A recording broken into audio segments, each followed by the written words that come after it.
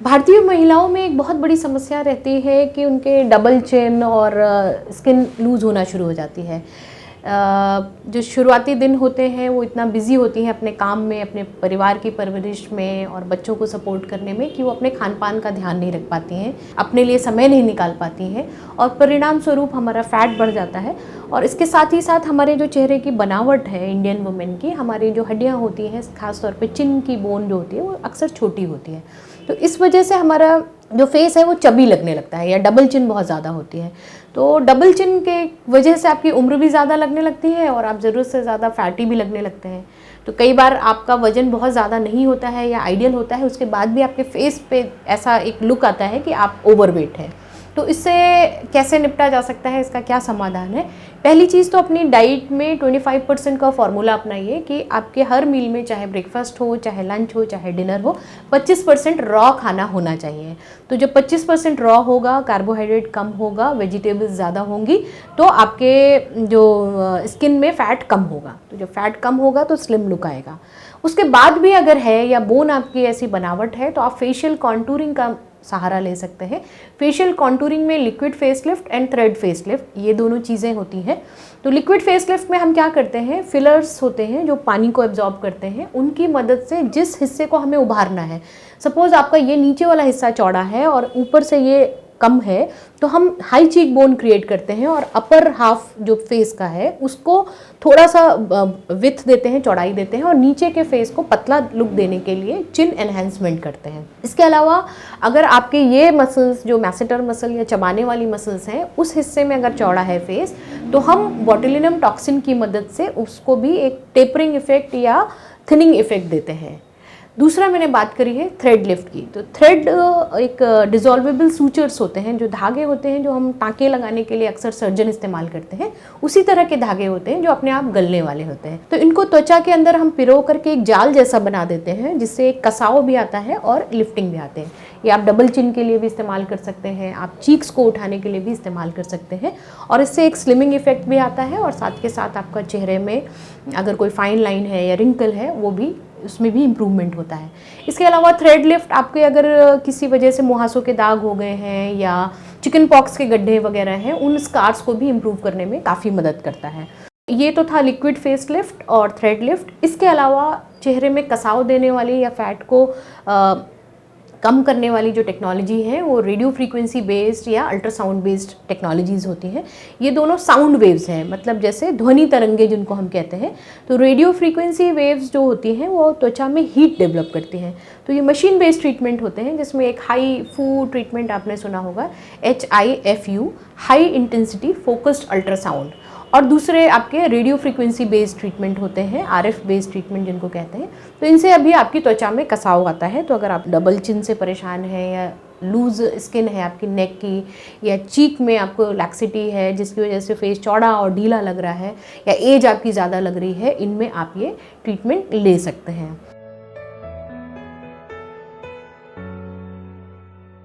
Liquid facelift on an average आपको 10,000 से 20,000 का खर्चा रहता है। समय इसमें 15 मिनट से आधे घंटे का लगता है और क्योंकि ये एक प्रोडक्ट बेस्ड ट्रीटमेंट है और नीडल का प्रयोग किया जाता है उसमें त्वचा में उस प्रोडक्ट को डालने के लिए, तो इसमें संभावना रहती है कि कोई फाइन ब्रूजिंग आपको हो सकती है जो 3-4 दिन नॉर्मल होने में लग सकता है। और बाकी आपके चिकित्सक ये तय करेंगे कि आपको कोई इस तरह की इस बॉडी कंडीशन तो नहीं है जिसमें ये ट्रीटमेंट नहीं दिए जा सकते हैं, आपको कोई एलर्जी का प्रॉब्लम तो नहीं है, तो उन केसेस में ये ट्रीटमेंट हम लोग नहीं देते हैं। प्रेगनेंसी में ट्रीटमेंट नहीं देते हम लोग, या आपको कोई भी तबीयत ख़राब चल रही है, कोई ऐसी क्रॉनिक बीमारी है, किडनी में प्रॉब्लम है, लिवर में प्रॉब्लम है, तो भी हम इस तरह के ट्रीटमेंट्स को अवॉइड करते हैं। थ्रेड लिफ्ट एक सेफ ट्रीटमेंट है, एज सच इसका कोई साइड इफ़ेक्ट नहीं होता है, लेकिन क्योंकि अगेन ये एक मेडिकल ट्रीटमेंट है और त्वचा में हम धागे डाल रहे हैं तो ब्रूजिंग की संभावना रहती है। तो अगर आप कोई शादी पार्टी फंक्शन अटेंड करने वाले हैं तो इन ट्रीटमेंट्स को आप 15 दिन पहले कराएं, ताकि अगर जो भी समय लग रहा है उसको नॉर्मल होने में तो आपके पास एक टाइम स्पैन रहे, एक विंडो रहे टाइम का कि आप फंक्शन के दिन आपके फेस में कुछ ऐसा सूजन या नहीं दिखनी चाहिए। इसके अलावा जो मैंने आपको RF या मेडविसाज या थर्माज ट्रीटमेंट या हाइफू ट्रीटमेंट की बात की, ये ट्रीटमेंट ऐसे हैं जो यूजुअली आधे घंटे से 1 घंटे में आपका त्वचा सामान्य होती है। एज सच त्वचा में कोई पंक्चर नहीं है, कोई नीडल नहीं है, तो उन लोगों के लिए जिनको नीडल से डर लगता है या जिनको ऐसा लगता है कि मैं कोई भी बाहर का मटेरियल अपने बॉडी में नहीं डलवाना चाहती हूँ या चाहता हूँ, तो उनके लिए ये साउंड बेस्ड ट्रीटमेंट काफ़ी अच्छे साबित होते हैं। इनको आप मेंटेनेंस के लिए हफ्ते में एक बार या 15 दिन में एक बार करवा सकते हैं। ये तो था कि आप लंबे समय तक कैसे युवा दिख सकते हैं, और ये 3 ट्रीटमेंट जो liquid phase lift, thread lift and sound based energy devices से जो स्किन टाइटनिंग ट्रीटमेंट है, इनकी आप मदद ले सकते हैं। पर हमेशा याद रखिए कि आपकी जो नींव है, फाउंडेशन है, वो आपके लाइफस्टाइल और हेल्दी लिविंग पे ही डिपेंडेंट है। आप क्या खाते हैं, कब सोते हैं, कब जागते हैं और कितना खुश रहते हैं, आप अपने मन में विचार कैसे लाते हैं, यही सब तय करता है कि आप लंबे समय तक युवा दिख सकते हैं, लंबे समय तक ग्लोइंग स्किन को एंजॉय कर सकते हैं।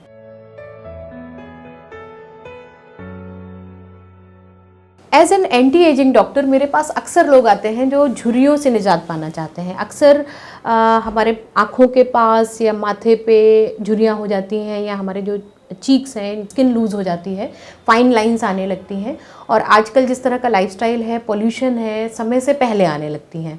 पहले के अगर आप जनरेशन्स में देखिए तो लोग 30 और 40 साल की उम्र तक भी काफ़ी युवा दिखते थे, उनकी त्वचा में काफ़ी ग्लो रहता था।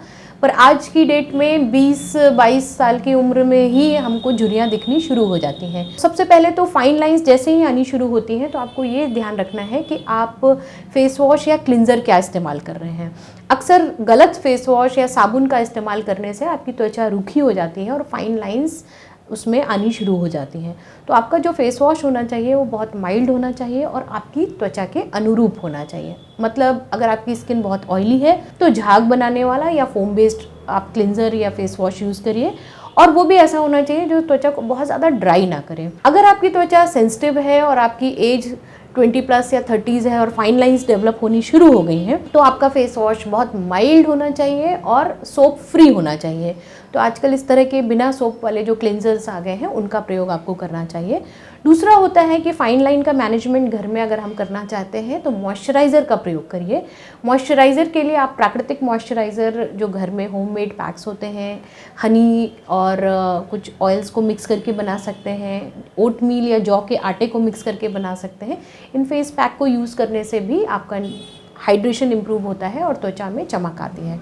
अगर हम बात करें कि मेडिकल प्रैक्टिस में मेडिकल प्रोसीजर्स क्या क्या हैं जो आपके फाइन लाइंस में सपोर्ट कर सकते हैं, तो इसमें प्लेटलेट रिच प्लाज्मा ट्रीटमेंट या पीआरपी ट्रीटमेंट काफ़ी पॉपुलर है, जो हम पेशेंट या व्यक्ति के ब्लड से ही उसको एक्सट्रैक्ट करते हैं। और ये जो प्लेटलेट रिच प्लाज्मा होता है, इसको प्रोसेस करके उसमें जो ग्रोथ फैक्टर्स होते हैं और जो प्लाज्मा होता है उसको वापस इंजेक्ट करते हैं उस जगह पे जहाँ पे फाइन लाइंस हो रहे हैं या आपकी स्किन डल हो रही है।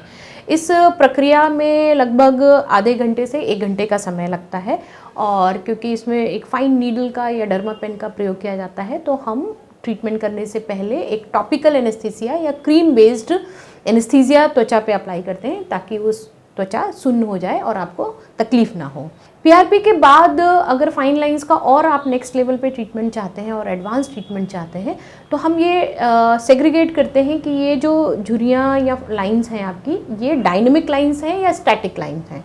डायनेमिक लाइंस वो होती हैं जो कुछ एक्सप्रेशन देने पे, जैसे आप भवें टाइट करें या स्माइल करें तो आँखों के पास लाइनें आ रही हैं, तो ये लाइनें आपकी एक्सप्रेशन लाइंस या डायनेमिक लाइंस कहलाती हैं। मतलब जब आप बातचीत कर रहे हैं, जब आप अपना कोई भाव भंगिमा बना रहे हैं, तब वो लाइन बन रही है।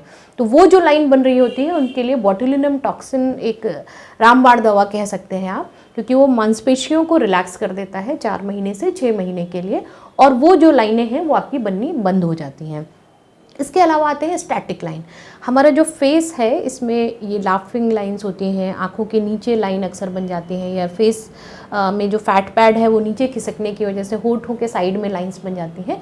तो इन लाइंस को सपोर्ट करने के लिए आप थ्रेड लिफ्ट का सहारा ले सकते हैं या फिर फिलर्स का सहारा ले सकते हैं। फिलर या हाइलोरॉनिक एसिड एक प्रकार का जेल होता है और ये पानी को एब्जॉर्ब करता है, अवशोषित करता है।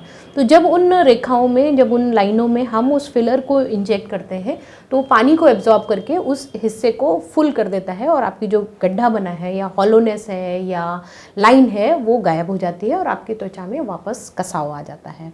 तो ये तो था फाइन लाइंस या झुर्रियों के बारे में।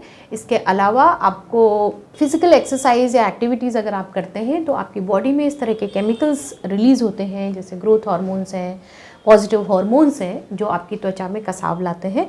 और आपके फूड में आपको शुगर और शुगर से रिलेटेड जो फूड हैं, जंक फूड हैं, उनको भी कम करना होता है, क्योंकि शुगर जब एक्सेस बॉडी में होती है तो हमारे जो त्वचा के कोशिकाएं हैं, खास तौर पे जो इलास्टिन और कोलेजन फाइबर्स होते हैं, इन फाइबर्स में ये शुगर जाके ग्लाइकेशन करती है, जिससे आपके वो फाइबर्स कमज़ोर हो जाते हैं और आपकी त्वचा ढीली पड़ जाती है, उसका कसाव कम होता है और जिसके परिणाम स्वरूप आपको फाइन लाइंस और रिंकल्स देखने को मिलते हैं।